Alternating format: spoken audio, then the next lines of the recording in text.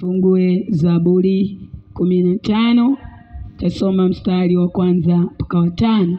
Pia tutasoma ile Isaya. Zaburi 15, mstari wa kwanza mpaka wa 5. Neno la Mungu linasema: Bwana, ni nani atakayekaa katika hema yako? Ni nani atakayefanya maskani yake katika kilima chako kitakatifu? Ni mtu aendaye kwa ukamilifu na kutenda haki, asemaye kweli kwa moyo wake, asiyesingizia kwa ulimi wake, wala hakumtenda mwenziwe mabaya, wala hakumsengenya jirani yake. Machoni pake mtu asiyefaa uzalauliwa, bali waheshimu wamchao Bwana. Ingawa ameapa kwa hasara yake, hayabadili maneno yake. Hakutoa fedha yake apate kula riba, hakutoa rushwa amwangamiza asiye na hatia. Mtu atendaye mambo hayo hataondoshwa milele. Isaya 33. Liye na Biblia ni vizuri kufungua hata kama uko mbali. Isaya 33 mstari wa 15 na wa 16. Neno la Mungu linasema: Ni yeye aendaye kwa haki, anenaye maneno ya adili, yeye anayedharau faida ipatikanayo kwa dhuluma, akumutaye mikono yake isipokee rushwa, azibaye masikio yake asisikie habari za damu, afumbaye macho yake asitazame uovu. Huyu ndiye atakayekaa juu ya majabali, ni ngome yake. Atapewa chakula chake, maji yake hayatakoma. Haleluya! Punga huo mkono wa kulia juu, mpe sifa, heshima na utukufu Mungu aliyetupa uzima. Jumbe wangu jioni leo: kuokoka ni kufanya maskani katika kilima cha Bwana kitakatifu. Kuokoka ni kufanya maskani katika kilima cha Bwana kitakatifu. Mtu yeyote aliyefanya maamuzi kumpokea Kristo moyoni, kitakachoonekana ndani ya huyu mtu, nafsi yake inafanya maskani katika kilima cha Bwana kitakatifu. Tukisema maskani ni Kiswahili cha kawaida. Manake hata mwili wa mwanadamu kuna sehemu naishi. Tawe uliyekuja kwenye mkutano, kiulizwa maskani yako iko wapi? Iko Masawi, iko Mbela, iko Majengo. Manake mahali unapoishi au maskani iko Mbeya. Na sehemu ambako unaishi utafanya mambo ambayo wanaishi, utatenda yale mambo wanafanya huko unakoishi. Kwa hiyo tukisema maskani, kila mmoja hapa ana maskani, maana ni mahali anapoishi. Naonyesha mfano wa mwili. Pia hata roho ya mwanadamu, hiyo nafsi ulionayo, hiyo nafsi yangu nilionayo, katika roho wana yenyewe ina maskani. Sema amen kama unaelewa. Kuna mahali inaishi, na rohoni makao na maskani kwa sehemu moja. Umefanya maskani katika kilima cha Bwana kitakatifu, au maskani kwa shetani katika roho, unaishi kwake. Na kila sehemu unakoishi utafanya kazi za huyo unayeishi huko. Kwa hiyo ukisema nimeokoka, maana yake nafsi yangu imeenda kufanya maskani katika kilima cha Bwana kitakatifu. Ndio maana haya mambo magumu kimwambia mtu ambaye anaishi kwa shetani, unasema Yesu akiingia moyoni utaacha uzinzi, anasema sielewi unachosema. Kwa nini? Mashikoro, mambo mageni kule anakoishi yeye anatumikishwa kuzini. Yeye kiasi gani anaambia kalewe, kavute bangi, karoge. Sasa nitaacha kuroga kweli? Ningesema yani iko kwenye damu. Ni mahali anakoishi ni ameambiwa hivyo kwamba iko kwenye damu. Jioni leo yukaria imilele, kiingia ndani ya moyo wako, anakuhamisha mwanadamu katika roho. Unaingia kufanya maskani katika kilima cha Bwana. Utaishi na Baba wa roho, utatenda yaliyo yake. Hata kihubiri hivi asema sielewi hivi mwanadamu anaweza kama mkamilifu kweli asitende dhambi kweli? Unadhani yeye unasema hivi mahali unakoishi hiyo nafsi inaelewa hivyo na imeambiwa hivyo, lakini jioni ya leo ukifanya maamuzi kurejea kwa Baba kwa kumpokea Kristo awe Bwana na Mwokozi wa maisha yako, akiingia moyoni anakuhamisha. Anasema naye alituokoa kutoka kwenye ufalme wa giza akatuhamisha katika ulimwengu wa roho. Tunaketishwa pamoja na Kristo. Kwa mambo anayotenda mtu aliyehamishwa amefanya maskani kwingine na yule mwingine ambaye hajahamishwa ni vitu viwili tofauti. Ndio maana tukisikia injili mimi siwaelewa ni walokole. Kwamba mtu anaishi duniani eti uwe mkamilifu. Hapo anasema walokole sio Mungu tena. Kwa nini? Ukanakoishi ameambiwa hayo. Ili ukae kwenye dhambi, ukae kwenye vifungo, ukae kwenye utumwa, ukae kwenye moto wa jehanamu mwanadamu. Heri ukigeuka leo, ukaliacha enzi na mbingu, ili aingie ndani ya moyo wako, anatuhamisha rohoni. Tunafanya maskani kwenye kilima cha Bwana kitakatifu, unaishi huko. Kwa hiyo utakuwa unawaza yaliyo juu Kristo alipo. Wala huwezi kufikiria dunia. Unaenda kufanya kazi unaenda naye, unaenda shambani mkulima unaenda naye. Kule shambani utaanza kuchimbia mandumbuli ama uchawi unaofanyaga wewe.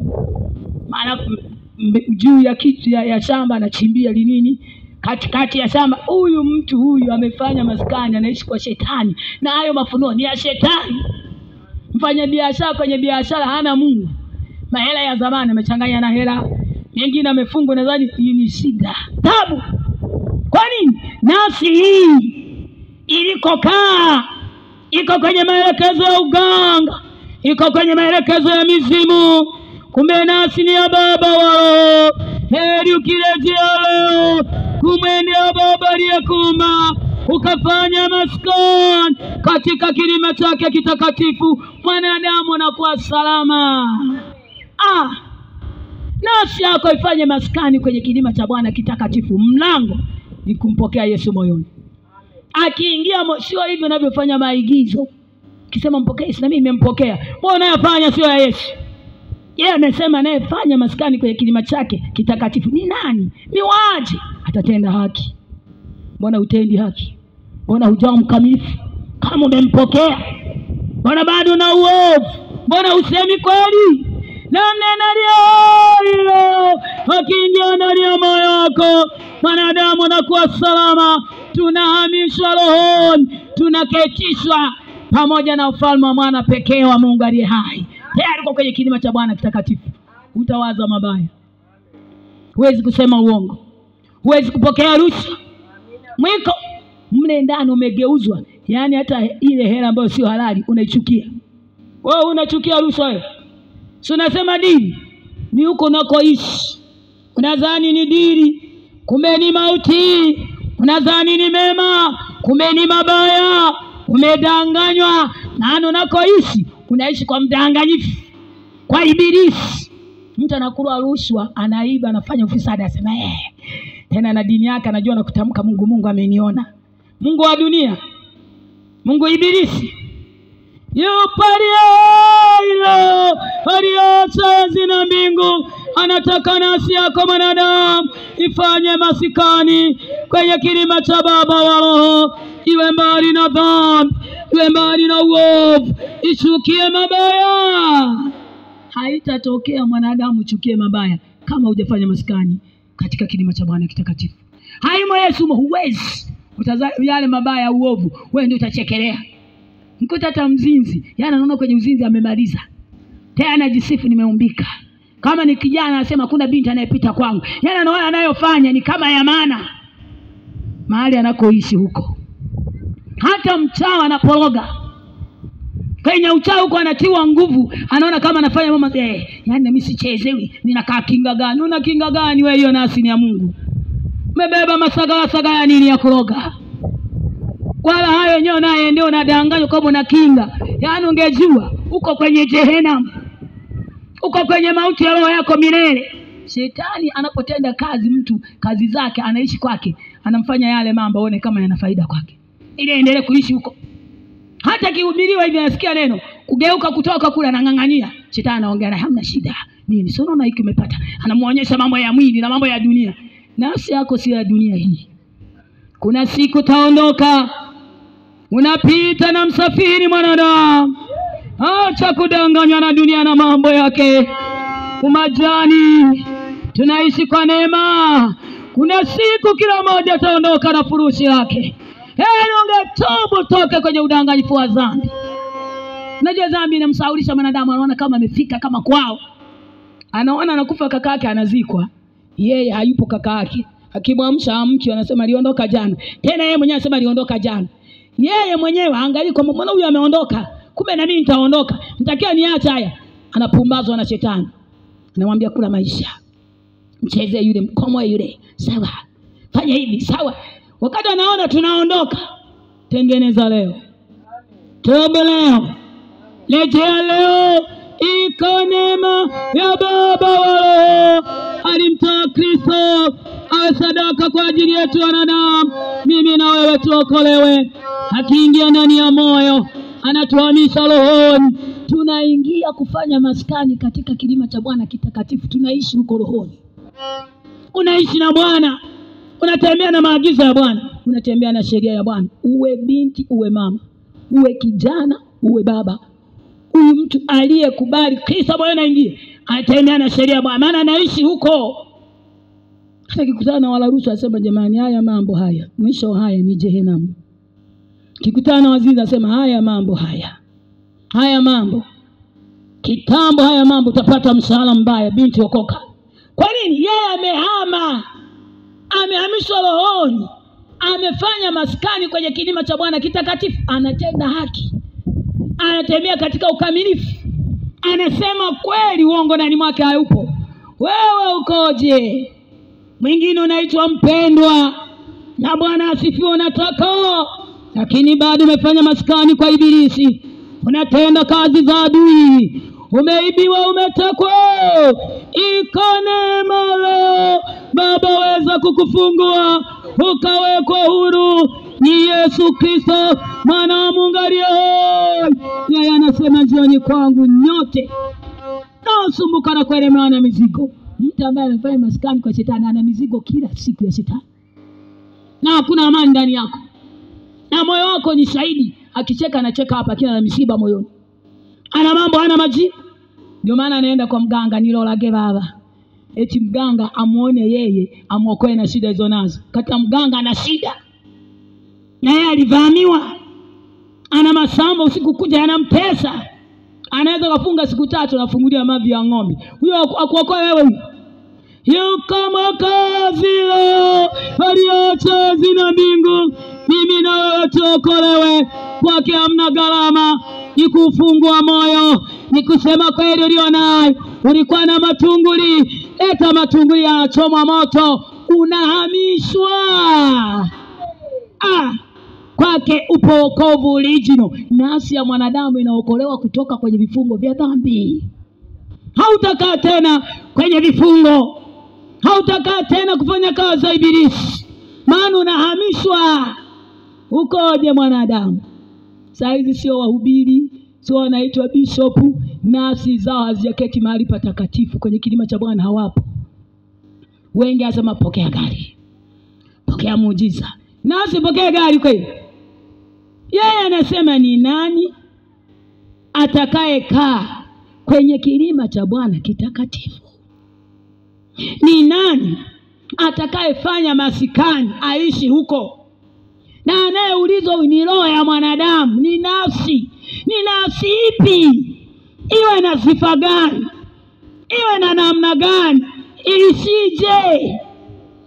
Ni nani atakayefanya maskani kwenye kilima cha Bwana kitakatifu? Ni yule anayeenda kwa ukamilifu. Kwa akili zako na zangu huwezi kwenda kwa ukamilifu.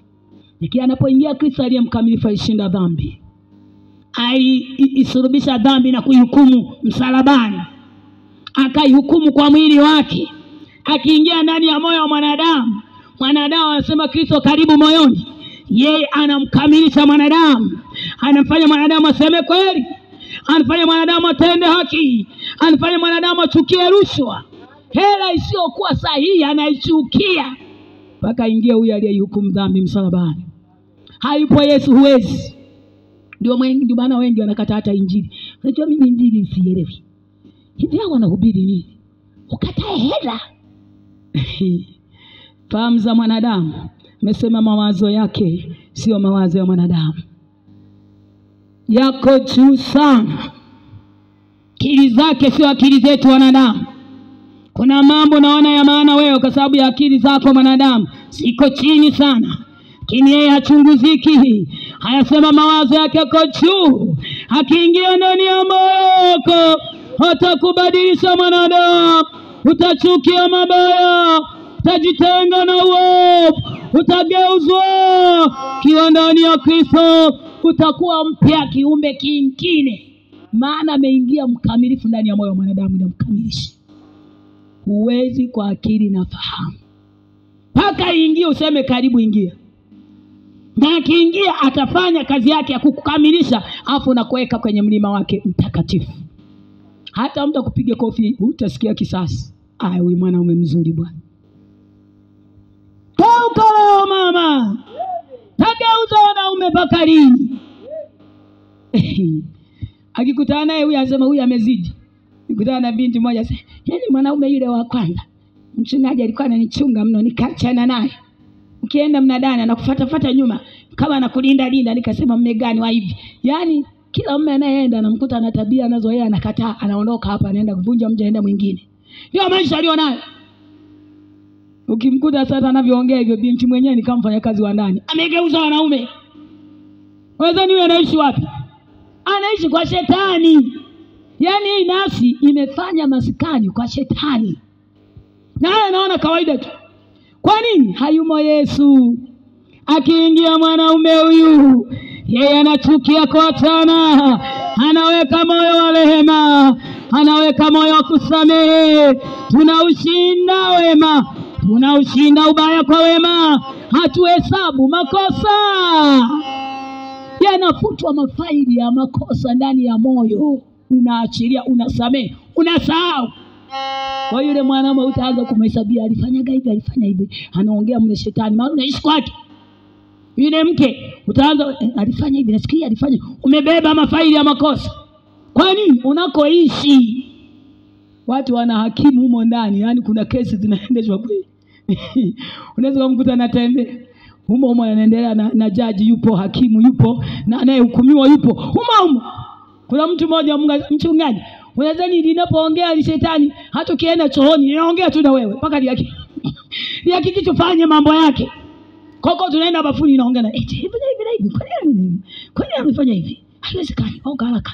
Fanya hivi. Mfanyie hivi. Huko ndio unakoishi. Hayo yanaongea ndani mwako hayo. Kuko kwao. Yukaria leo haweza kukoka. Ageuze nia, ageuze fika fahamu, uleje kwa Baba wa roho. Fanye masikani kwake ili uwe salama nafsi yako mwanadamu. Ni Kristo ingie moyoni, ndiye anaweza kaondoa hayo magagali. Bila hivyo tageuza wanawake kama t-shirt iliyochafuka. Tena unaanza kusema yule watatu, huyu watano afadhali ya watatu ule.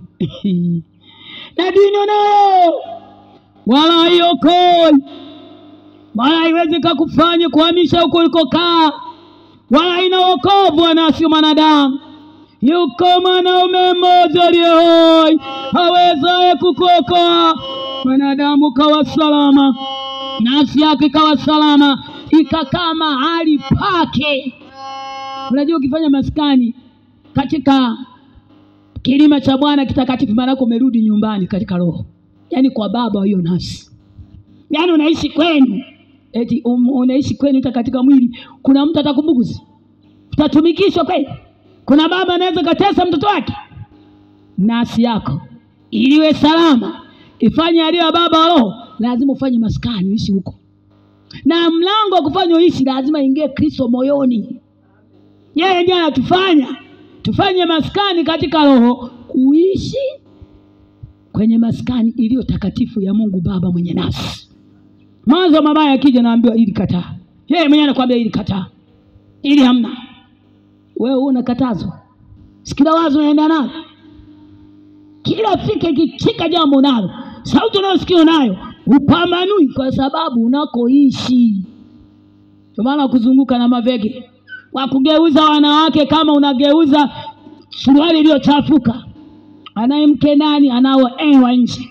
Makasene na kasonono na magonjwa tulioyabeba. Hata pate mshahara, hela hazionekani, wafanya kazi wameweza kuhonga.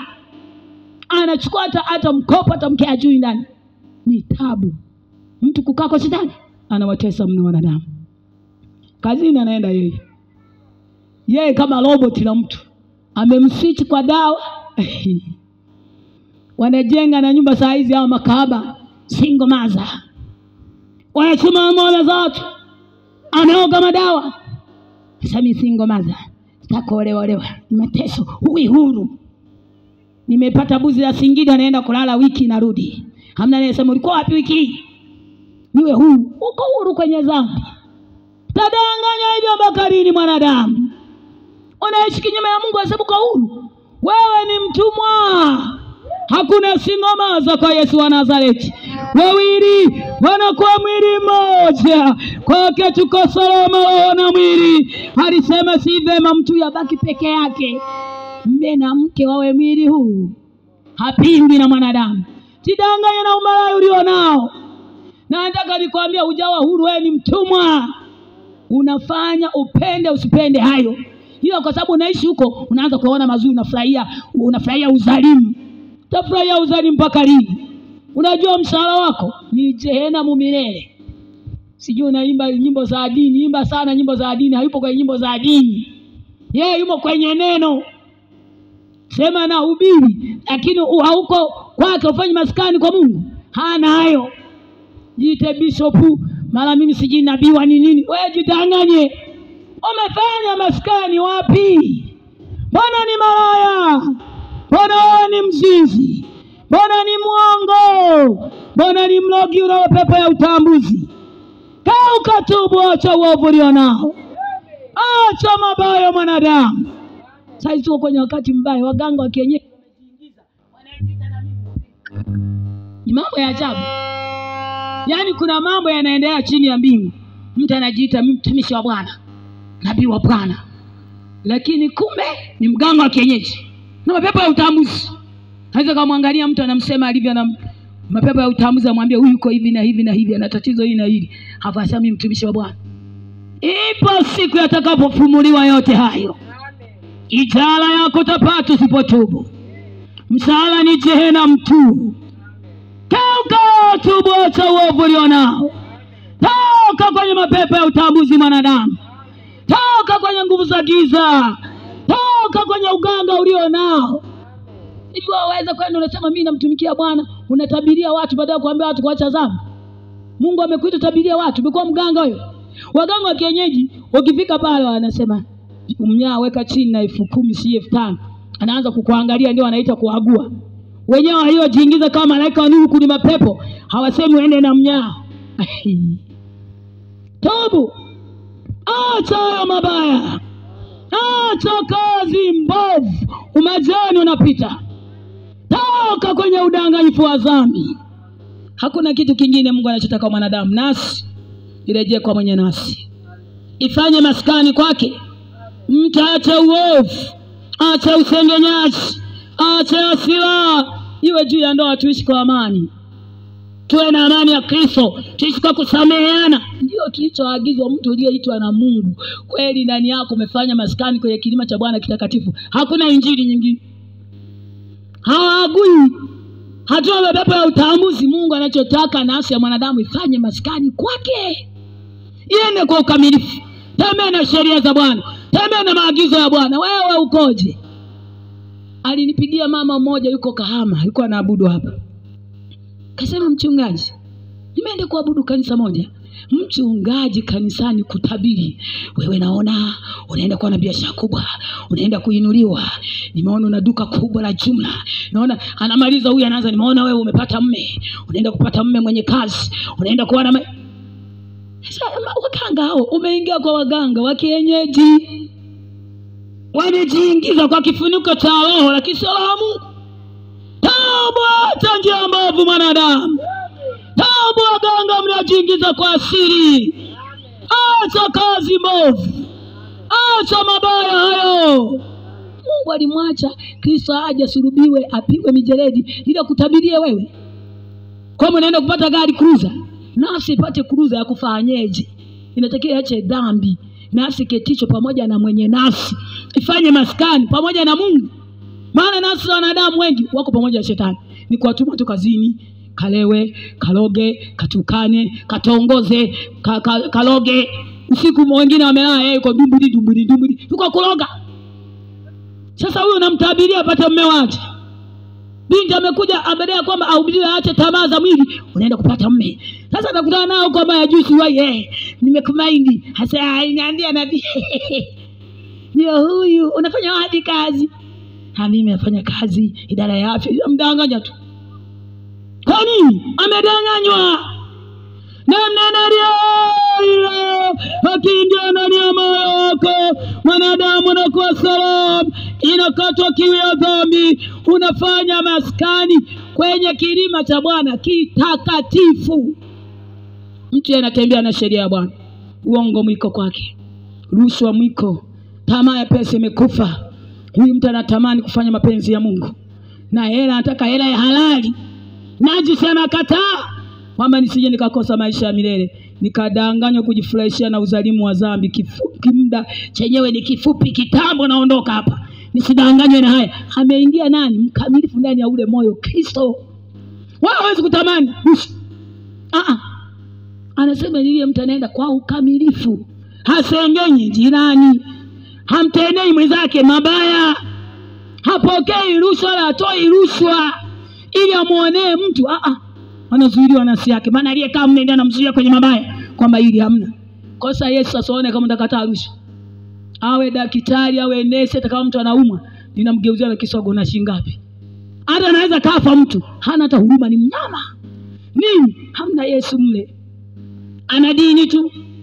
Amefanya maskani kwa shetani. Anaishi kwake. Yuko tayari afe mtu asimtibu akata na mshahara mwisho wa mwezi. Na mshahara wenyewe ilishakula ile shetani amehonga malaya. Paka lini hayo maisha wanadamu? Kweli wewe unaenda wewe kazini, hapo nyingine nimekaa kama nigoli kupa kudaka tu.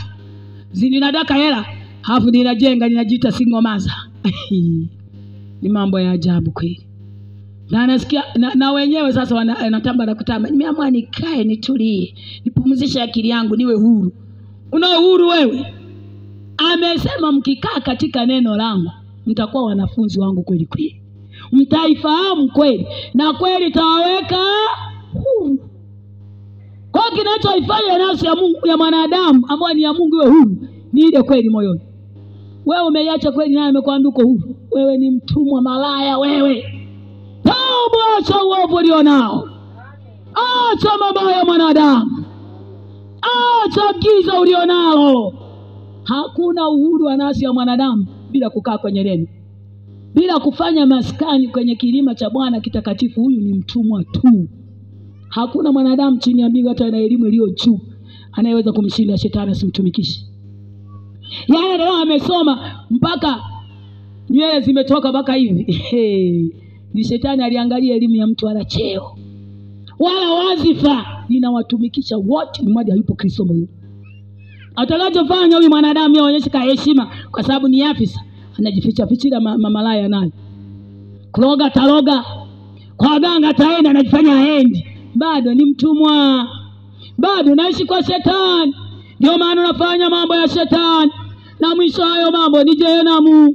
Heri ungetubu leo, ukageuka kwa Baba, ili nafsi yako ifanye maskani kwenye kilima cha Bwana kitakatifu. Yaani kuanzia tajiri na masikini, shetani wote anawaburuza kama hajaingia Yesu moyoni. Utamwona anaongea kama kistaarabu hivi. Unajua mambo ya kwenda kuona waganga bwana wachonganishi sana. Mimi nishaachana nao. Nani amekuzuia usiende kwa waganga? Yesu hayumo moyo. Unaendeshwa na nani rohoni? Uko kwenye ufalme upi? Lazima uwepo ufalme mmoja. Umekaa huko. Geuka leo. Rejea leo. Yuko mfalme wa wafalme aliacha enzi na mbingu ili mwanadamu awe salama. Aweza kukugeuza mama, aweza kukugeuza kaka, aweza kugeuza kijana. Hata kama una tamaa kama fisi, akiingia huyu mwanaume anakata kabisa tamaa za uzinzi za uasherati. Mtu anakuwa mwingine tena, ataanza kuchukia, acha umalaya, mimi ni kwa malaya kuzidi wewe.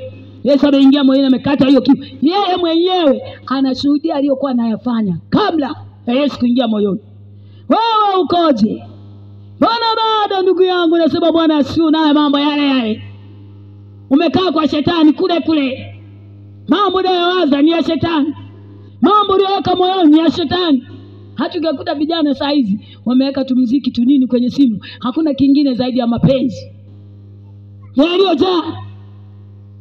Mwisho wake ni nini? Hayo mambo yana mwisho. Nasema kila goti itapigwa mbele zangu na kila ulimi utaapa. Hautakwepana na hiyo hukumu. Maana amesema kila goti litaingia kwenye kiti cha hukumu ili upate mshahara wa yale uliyotenda. Kila mwanadamu atapata ishara yake. Ingekuwa heri ungetubu leo. Kama utubu, kuna jehanamu ya moto usiozimika na kifo kimefungwa, ni mateso milele. Toka tubu leo. Acha kudanganywa na huyo mwovu. Acha kukaa kwa shetani. Acha kufanya kazi za ibilisi. Nafsi ni ya Mungu, mwanadamu anaburuzwa kiasi kufanya kazi za shetani. Na anaishi kwake. Hata kama anaongea na mtu, anaongea dhambi tu. Oya mshikaji, nipe tano mwanangu, nimepata demu. Liko bomba demu ile. Na wewe bwana kama nikutafutie. Yaani wanahubiriana uovu juu ya uovu. Kwa sababu anaishi huko. Nimetamaa uasherati na uzinzi. Lile bwana nilishaacha zamani lile. Lile limechuja, lile limechakaa. Ujue ndio ameachana nao, lile ametafuta lingine buzi. Anatamba na kwa wengine. Anawazalisha na wengine matamaa na anaelekeza kuna lingine pale limekuja demu jipya. Paka nini hayo maisha mwanadamu? Geuka leo. Rejea leo kwa Baba.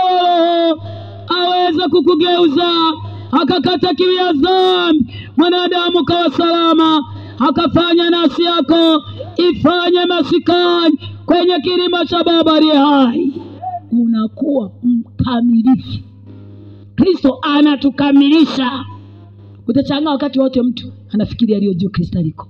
Hata kama ataongea na mtu, anaongea kile Mungu anataka aongee na yule mtu. Sio unaongea mambo ya shetani na watu. Ni kuchonganisha. Maana nimekuwa mwemba wa ganga. Mganga mtu akienda anamweleza shida, yule jeni yako kushoto ndio mbaya wako. Ni kuchonganisha watu. Watu waishi kwa chuki. Watu wasipendane. Watu wauane. Kila mmoja muone mwenzake anakosea. Ndio sura ya waganga wa kienyeji.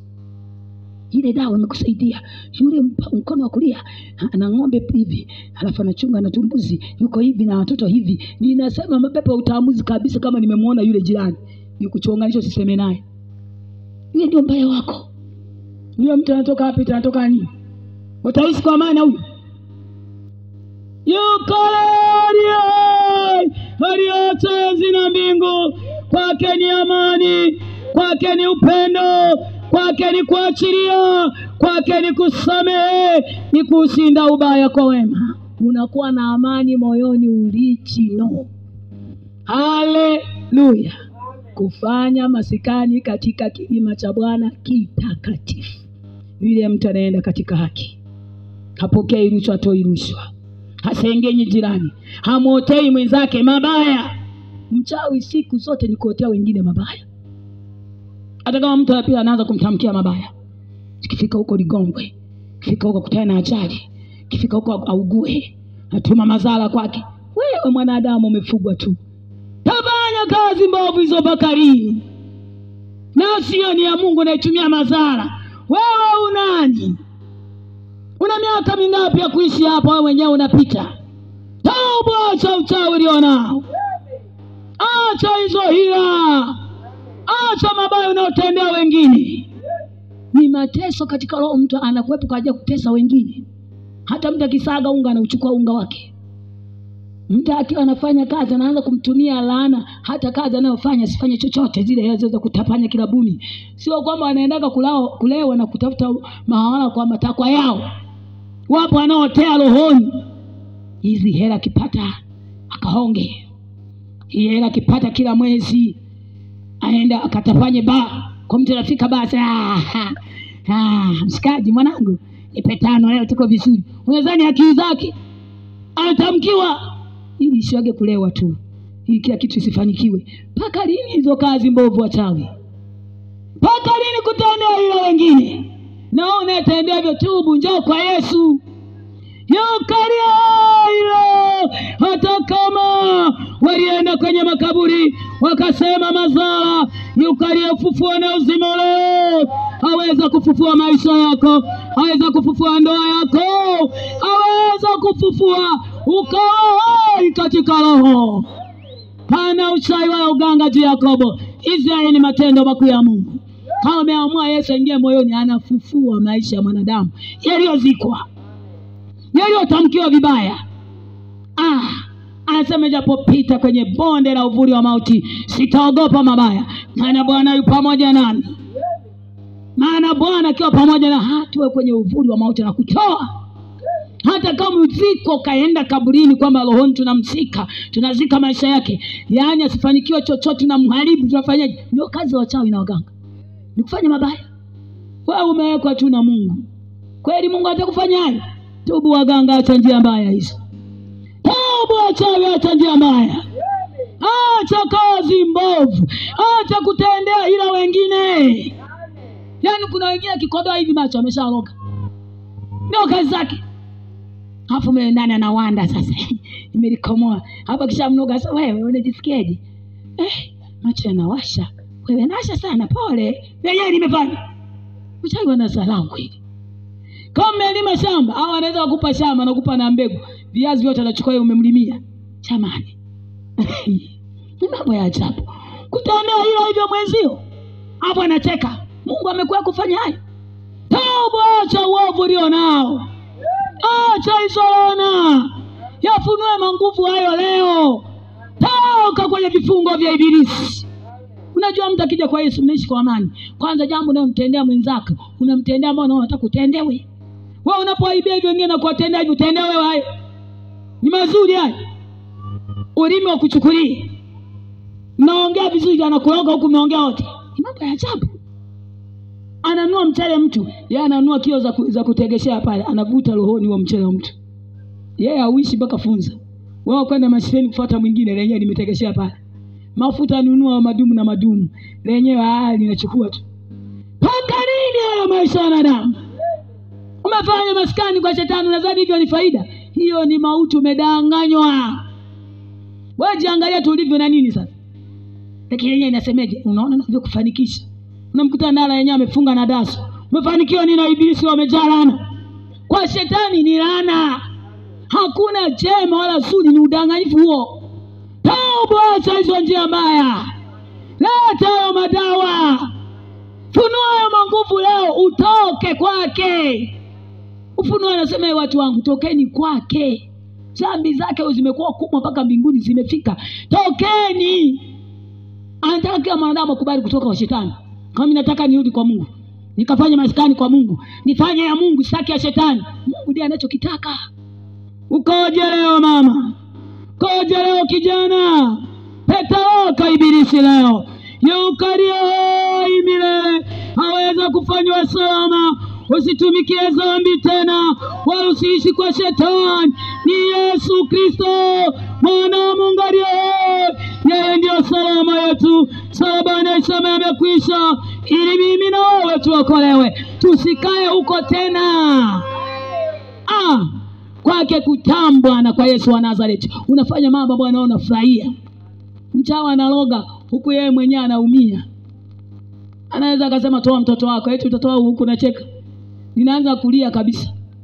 Kuna mmoja ambaye aliambiwa toa mke wako, alafu mke ndiye anampikia. Akasema sasa nikitoa mke nani atanipikia? Nichukueni tu mwenyewe. Amekula nyama za wengine. Niende tu mwenyewe. Akifa mke huyu sasa nitakufa na mimi njaa. Nichukueni tu. Na hapa ameshapeleka watoto wengine. Shida, tabu. Unawapeleka wote enda wapi? Wote mnarudi kwa yeye anayehukumu nafsi za wanadamu. Utalipwa nini? Ukatubu, acha njia mbaya leo. Neema imefunuliwa. Yesu yu hai, haweza kukuokoa ukawa salama roho na mwili. Salama ni Yesu ndani ya moyo wako mwanadamu. Simama kwa miguu miwili Mungu aliyokupa hiyo. Taka jioni ya leo kufanya maskani katika kilima cha Bwana kitakatifu. Hasa wewe uliyesikia neno kulipokea moyoni. Neema ikuzukie leo. Na yeye angaliaye mioyo ya wanadamu, moyo wako ufungue ili ufanye maskani kwenye kilima cha Bwana. Toka kwa huyo mwizi leo. Unampa na talaka. Sasa kukaa kwako. Sio kila wakati ni wa kununa tu. Taki. Nataka nifanye maskani kwenye kilima cha Bwana kitakatifu. Niishi kwake. Nijue kusamehe. Nishinde ubaya kwa wema. Maasira hamna. Makwazo ndani yangu asikae. Ni maamuzi ndani ya moyo wako. Bwana anaweza kukugeuza kabisa. Fumba macho kumheshimu Mungu takama uko mbali. Na ambayo nayo maamuzi hayo leo, fatisha haya maneno ili tuje tuombe pamoja na wewe. Maana kusudi lake ni jema kwa wanadamu. Yeye ni upendo na ametuma neno ili itimize mapenzi yake. Sema asante Yesu kwa neno lako ulilolituma. Wewe ni Bwana na Mwokozi wangu. Nahitaji neema yako. Nifanye maskani kwenye kilima chako kitakatifu. Kwa jina la Yesu namkataa shetani. Nafsi yangu, roho yangu, moyo wangu usikae kwake. Kuanzia leo Bwana nisaidie. Unihamishe katika ulimwengu wa roho. Nifanye maskani kwenye kilima chako kitakatifu. Niende katika ukamilifu. Nitende kweli. Niseme kweli. Bwana nisaidie. Fumba macho yako. Baba, katika jina la Yesu Kristo wa Nazareti aliye hai, mesema na umbaji wako jioni ya leo. Mama yule, kijana yule, baba binti yule, mesikia neno kulipokea. Umesema mtakikiri na kuamini moyoni. Bwana, neno lako linaleta wokovu.